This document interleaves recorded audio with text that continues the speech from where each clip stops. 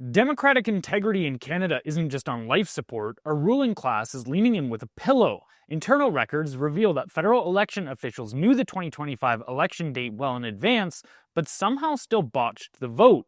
According to access to information documents obtained by Blacklock's reporter, staff at the Commissioner of Canada Elections were already discussing a March 25th or 26th election call back in mid-January, 2 months before Prime Minister Mark Carney publicly called the election on March 23rd.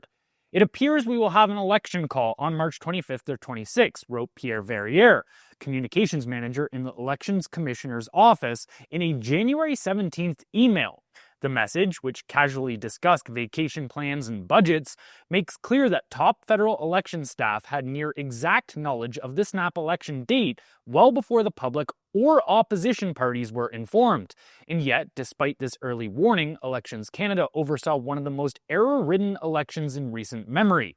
In a BC riding, 822 mail-in ballots were found dumped at a returning office, affecting 74 separate contests. Elections Canada insisted the outcome would not be affected. In Nunavik, poll closures contributed to an abysmal 47.6% turnout, handing the Liberals a win over the Bloc Québécois.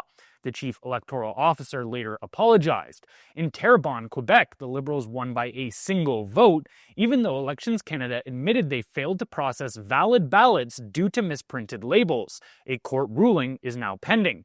On election night, the electronic reporting system failed for hours, leaving the public without real-time results. Most alarming of all, 120,641 requested mail-in ballots were never counted. Elections Canada has yet to explain how many were mailed late or why this keeps happening.